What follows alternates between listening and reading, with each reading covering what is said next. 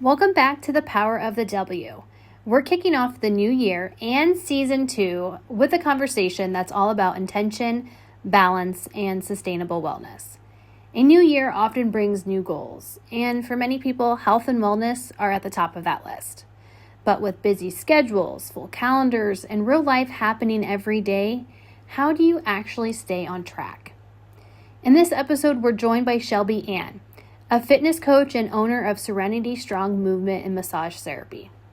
Shelby shares practical insight on setting realistic fitness goals, how to sustain them long term, and simple wellness habits you can build into your daily routine no matter how busy life gets. And if this conversation inspires you to start or refresh your own fitness journey, YWCA Quad Cities is here to support you. Members have access to a full court gymnasium, weight and cardio rooms, an indoor aquatic center in our beautiful new facility. Right now, we're offering a New Year membership special. Sign up through the end of January and receive $50 off an annual membership. No sign-up fee either. And the best part, when you become a YWCA member, you're not just investing in yourself.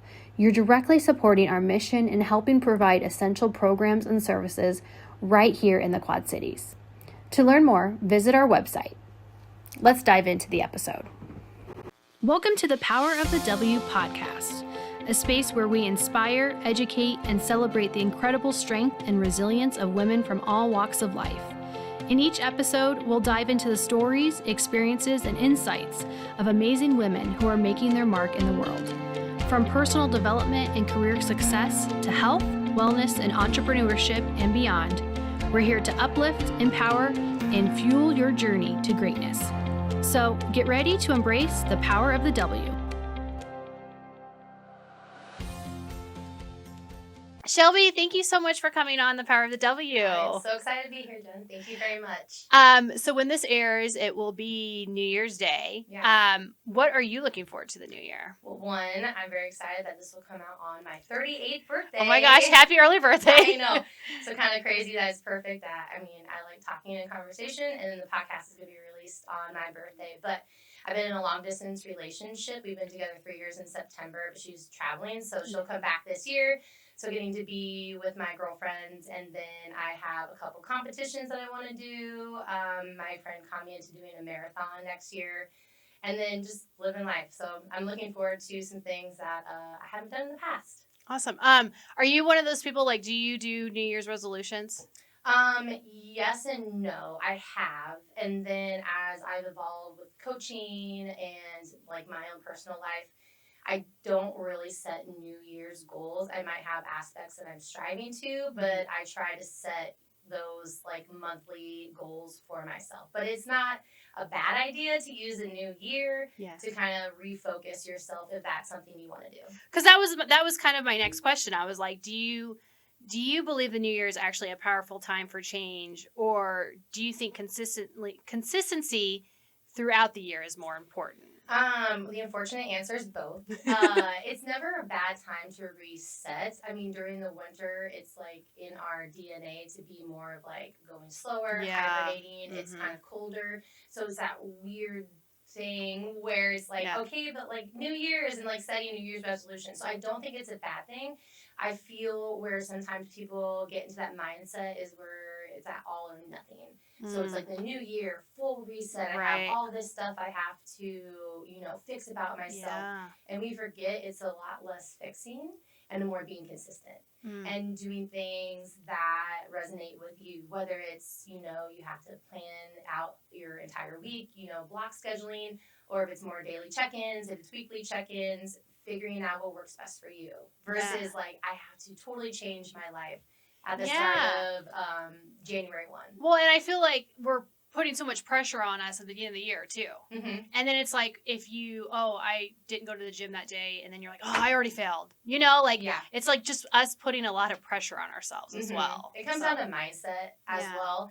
And like I said, it's not a bad idea if you want to start the new year. Starting whenever you start is a great idea. And sometimes, depending on where you're at in your life, you need a little kick in the butt.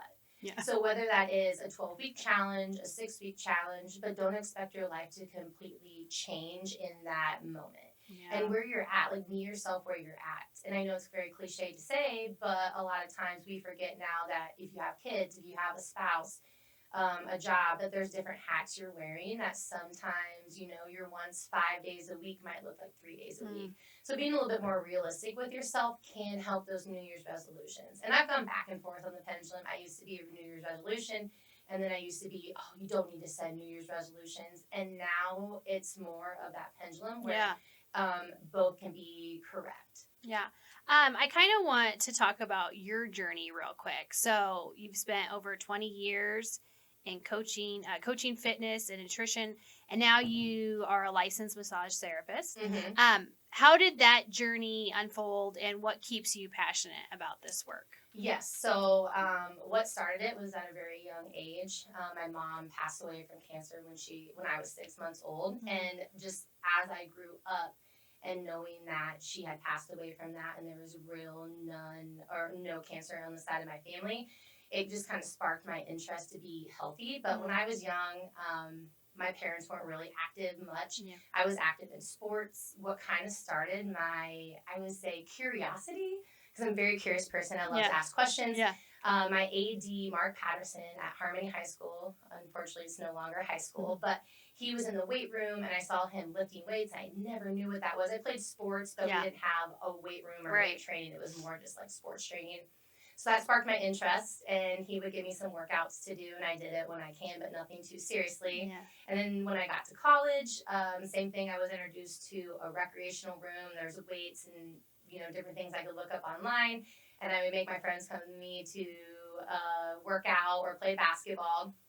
And I was definitely in my party stage, where I wanted to like drink a lot more than work out, but I still kept that balance. And then I battled with a little bit of an eating disorder that I kind of talked myself out of 6 months in, and realized I knew nothing about nutrition. I knew nothing about fitness. And so that's kind of an accompaniment of what started my snowball into where I am, and just helping people like me understand that like it's misinformation. It's not about being skinny, it's about being strong, being confident with yourself, the ability that you have, the body that you have, and the possibilities. It's not like you have to be your like absolute best at this day. You can evolve as you go along. I don't remember how I got introduced to UNI's movement exercise science program, but that's where I transferred out of Kirkwood. And that's what really, really continued to spark my interest. I started getting more information. I started understanding the body more. I started broadening my coaching horizon and coaching elders to youth basketball. I took a year off and realized I wanted more. So I went back to get my master's in kinesiology in hopes to be a strength and conditioning coach. During that time, it was 2013. And not to be like sexist or anything, but women weren't really in the strength and conditioning world. I applied to 13 colleges, did not get a single, interview back. So it really hurt my ego. From there, I found group fitness, and that's really what led me here today. So a lot of it is I've met a lot of people. I've been inspired by their journeys, my own journey with just like losing my mom at an early age, wanting to try to figure out how to have a healthy lifestyle in hopes I would never have to, get diagnosed with cancer because of maybe changing my lifestyle. And then massage therapy, it's weird. I'm not really sure also what sparked it, but like knowing that I wanted to help people when they would come to me with their shoulder issue, and not saying that physical therapy is not helpful, but it's like, okay, what could I do to be helpful? And I had a couple of friends who were massage therapists, and they said, have you ever thought about massage therapy? I feel like you'd be really good at it. And in 22, was about 5 years prior to that I signed up, or I applied to be at Capri College. And it was a 6-month program, and it was very intense, but it was great knowledge. I'm so thankful I went to Capri and the teachers that I have. And so, and then I graduated in October of 22. Awesome. Would you say that you love both of them equally? Absolutely. I don't think I could not be a coach. I've talked about it, like maybe letting it go and fully going to massage therapy, but I can't. It was my livelihood. And selfishly, being a part of people's journeys and being able to be like the best hour of their day, but like a good hour. Yeah.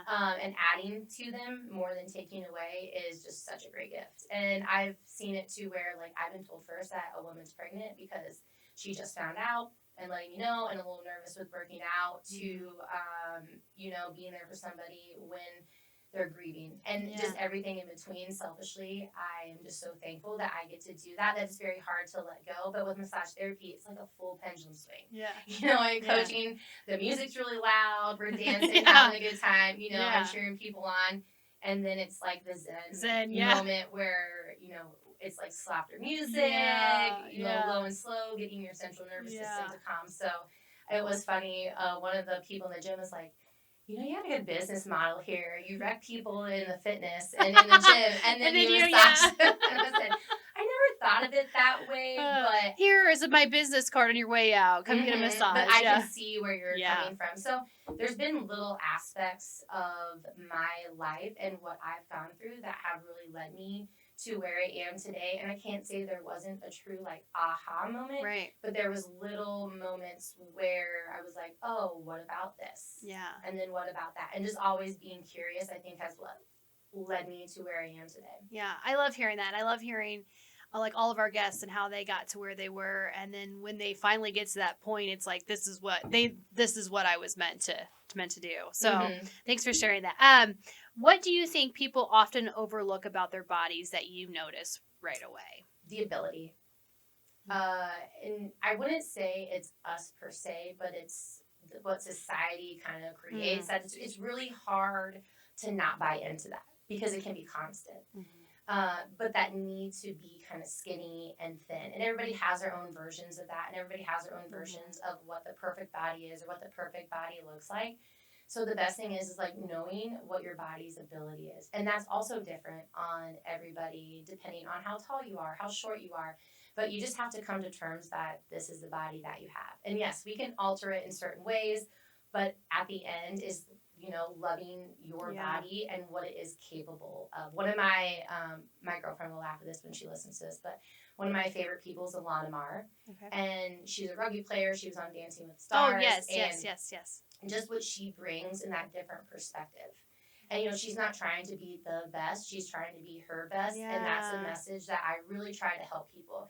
And it's not a cop-out. You still have to put the work in. You don't just wake up one day and it's like, ta-da. Right. It doesn't work like that. Yeah. No matter what you're striving for, no matter if it is you need to lose 30 pounds, if you're trying to put on weight, if you just need a sense of stability, whatever that is. People come to the gym for so many different reasons. And I have laughed, I have cried, I have been there for so many aspects. Like, people have invited me when they get an award. Like, just so many aspects to that person than what their body looks like. Yeah. And I get it. It's nice to, like, look good and feel good in your skin. But to remind people there's so much more to who you are than what your body looks like. And it's evolving. Yeah. I feel like each year, because I'll be 38, and some people are totally blown away when I tell them I'm going to be 38. And I'm like, I don't know what to tell you. Yeah. But I feel like each year my body just looks a little different, too. There's been years where I've been a little bit heavier because I just haven't really wanted to focus on my nutrition. But it wasn't that my body wasn't capable of doing things. Yeah. And then going to where maybe I'm a little bit leaner. And there's this ebb and flow. And so I try to be realistic with people and telling them about my journey as well. It's like I can't change how you view yourself. Yeah. I can't change that you want these goals, but like, why do you want them? Yeah. Why are you striving for them? If you were to step on the scale tomorrow and you saw your magical number or you saw your ideal body, would that change your mindset? Yeah. Well, and before we started recording, you and I talked about social media and how that just plays such a big role in so many people. And, that's not always the reality.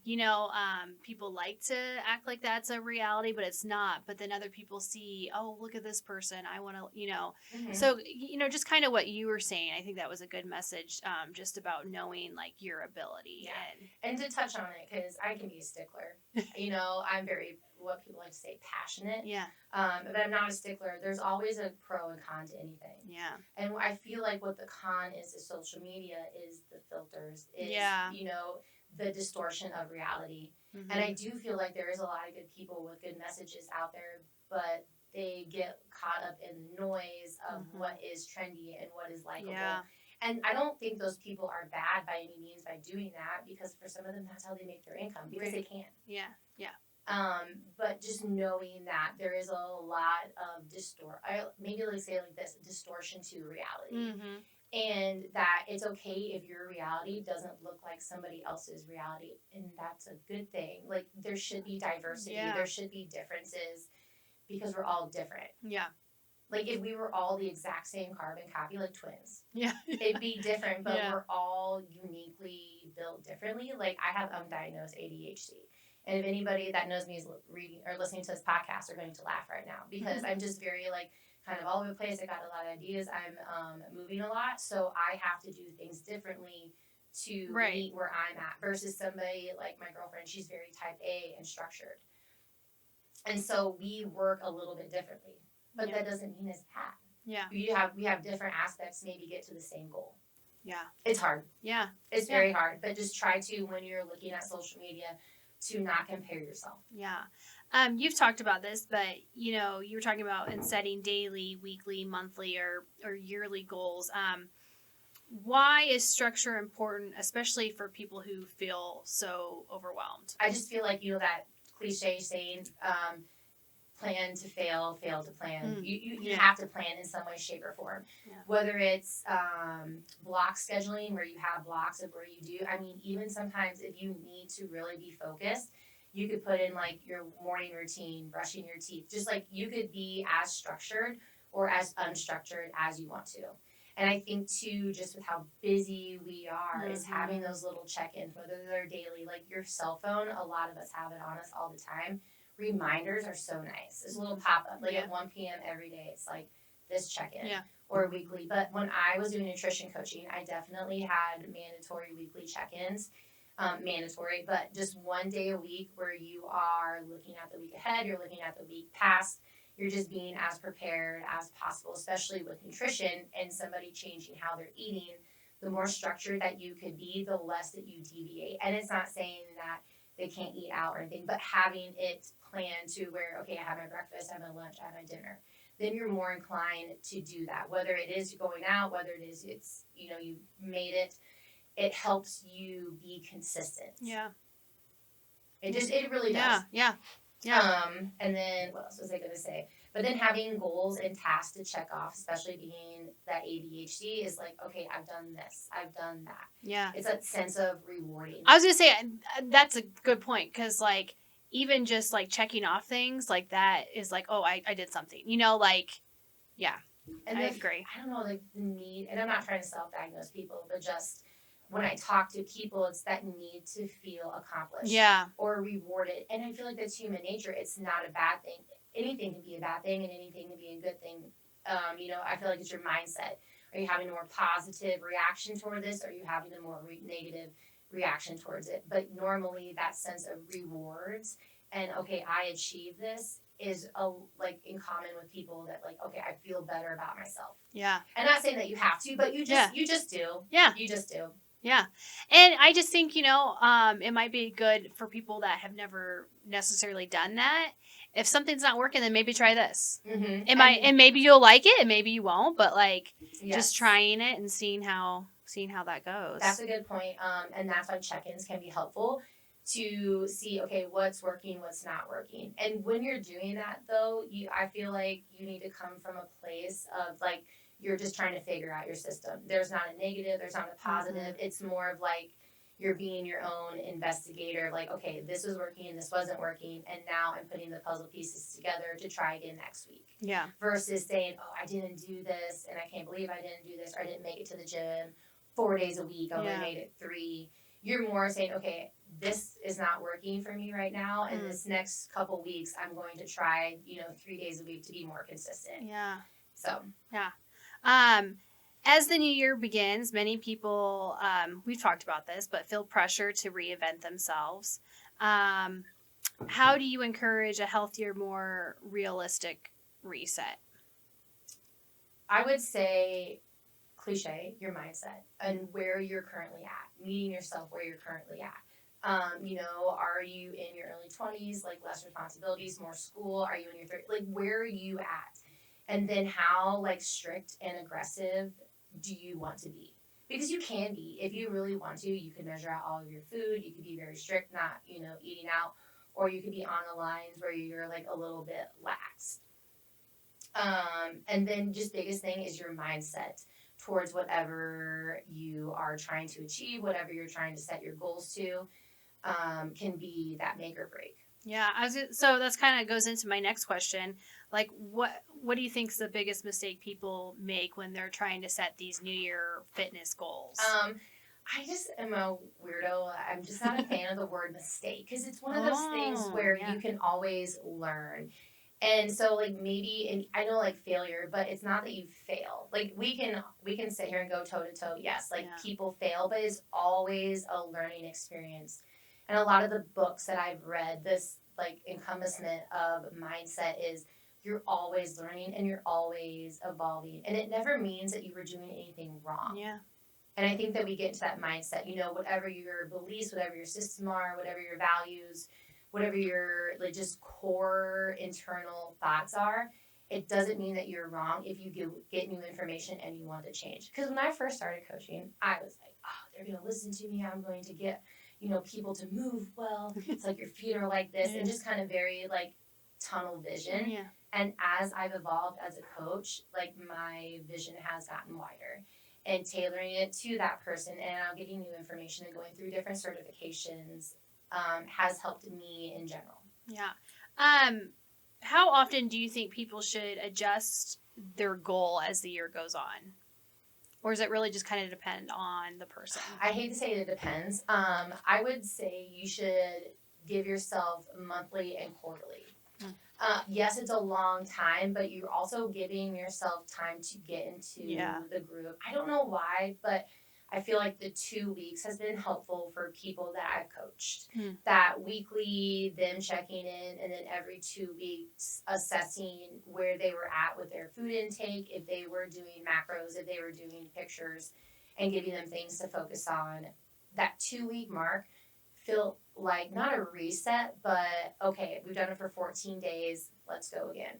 Because I feel like with the habits, it's like 21 days to create a habit, but there's something about that like 7 days, 14 days, and 21 days, now you're into a month. What are some small wellness habits people can focus on that don't involve the gym at all? Very cliche, waking up and drinking a glass of water. I am a person too that I'm really bad at drinking water, and it just kind of like help resets your day. Doing some stretching and just waking up and moving your body, and not saying like gym movement, but stretching, touching your toes, kind of jumping up and down, moving your body a little bit can help wake your body up, especially your nervous system. If you're kind of sleepy getting up in the mornings, or say that you have a morning routine and maybe it doesn't involve the gym, right? You want to get up, you want to read, you want to just have some alone time for yourself. It can just kind of wake your body up. I would say too, just having that morning routine, whether it's taking time for yourself, whether that be your journaling, whether it's a little bit of time to read, whether it's some meditation, going for walks. Yeah. Getting outside, it's hard during the winter, but you can go to malls, or I think some schools have their gyms open where you can go inside and walk just to get movement in. Yeah. How do you personally reset when you're feeling like stretched too thin? If Austin is listening to this podcast, he's going to laugh because I do stretch myself too thin. I haven't mentioned her He's yet. like, she doesn't reset. I know, right? I've also learned, a lot of times when I talk, I'm mainly talking to myself. I haven't mentioned her yet, but my grandma was the greatest gift to my life. She was a great person. I know everybody says that about their grandma, which they should, because grandmas are great. But she just saw the purpose and passion in people without any judgment. And it's hard, but it's just seeing that person for their potential and letting them know that they have that potential. But she was overall an amazing person. And when she passed away, I think there was like over 650 people that came to her visitation. And so having that role model in my life, it's also helped me live my life. And as I move forward, is not only living my life how I want to live, but having that legacy of hers that I'm trying to like pass on to people. Yeah.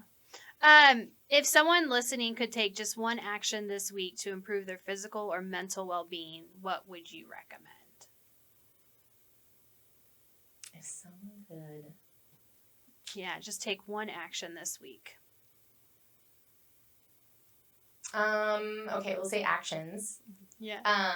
One, look at yourself in the mirror and tell yourself that you love yourself. So cliche. Yeah. I know I've been kind of all over the place, but the biggest thing is just telling yourself that you love yourself. Second thing would be drink your water. Yeah. It's winter, so it's colder, so sometimes we can be bad about drinking water. And 3, that fitness is for everybody. It's not just a one size fits all. Fitness looks different for everybody. It could be one thing for a handful of years, and then something happens where it changes and it looks a little bit differently. But just move your body. Whether that's going for a walk, whether that's stretching in the morning, whether it's doing something at your house. But the thing that I've taken away from people who are older than me, because I very much like to talk to people that are older than me, and not because they're old, but I plan on being that age someday. Yeah. So trying to get their outlook and perspective on life, that movement is motion's lotion. And so any form of movement, no matter what that is, even though it doesn't look ideal, it's better than not getting any movement during the day. It doesn't mean you have to move the entirety of the day, right? There's beauty in rest. Yeah. And I think just kind of like celebrating those little moments as well, you know, because I think sometimes people they're so hard on themselves. Well, I didn't do this. But like, hey, you did have some movement today. Like, applaud yourself for that, you know? Absolutely. And, yeah. I think too, I can't remember in what book I read it, but it was talking about give yourself advice that you would give to your friend.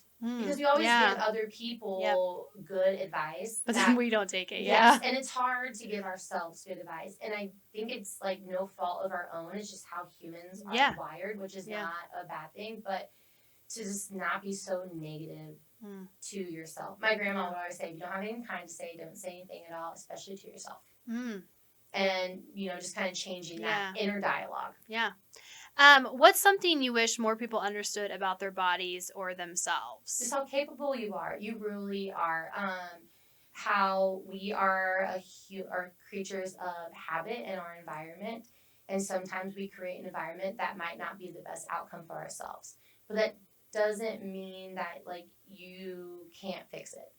And sometimes it's hard, you know. Sometimes it takes people a little bit of time to get out of the trenches and get back to, like, you know, where they were. Yeah. So Shelby, before we wrap up, any last thing you want to add or a message for people who are listening? One, thank you for listening. I know I can be all over the place and ramble, but the biggest thing I want you to take away is to just really take ownership in your life and your body. And I know it sucks because nobody can live your life. Nobody is coming to save you. But when you wake up every day, you should just choose to be a good person. And then anything in your life is in addition to that. Like your values, your outlook, your perspective, your beliefs, your systems are in addition to how you choose to live life. And I feel like the more that you can take ownership, it doesn't mean that everything magically happens. That it's just you walk a little bit taller, you feel a little bit better, you are a little bit more aligned to celebrate yourself, and then also to kind of be that, you know, shoulder of like, okay, you said that you're going to change this, and you're not. Also too, that it's not an all or nothing, and it's okay if change doesn't happen. Like, you don't have to always see change to know it's happening. No matter what that is, in or out of the gym, because we can get caught up in the daily and the mundane, and you kind of get blind to what's happening in your own life. That's why I like taking pictures and videos can be really fun, but we kind of have that vision where somebody's like, oh, I don't see this change, because if you look at yourself all the time, it's hard to see that. So knowing that just because it's visually not happening, that change is still being made. Yeah, definitely. Well, thank you so much for joining us. Absolutely. I think you've offered a lot of great tips for anyone who's really wanting to improve their physical or even mental well-being. I hope you have a great year. Yeah, absolutely. And a great birthday as well. Oh, thank you so much. Yes, appreciate everybody listening, and Happy New Year. Yeah, thank you. Thanks for listening to the Power of the W podcast. If you like what you heard, don't forget to hit subscribe, leave a review, and share this episode with a friend.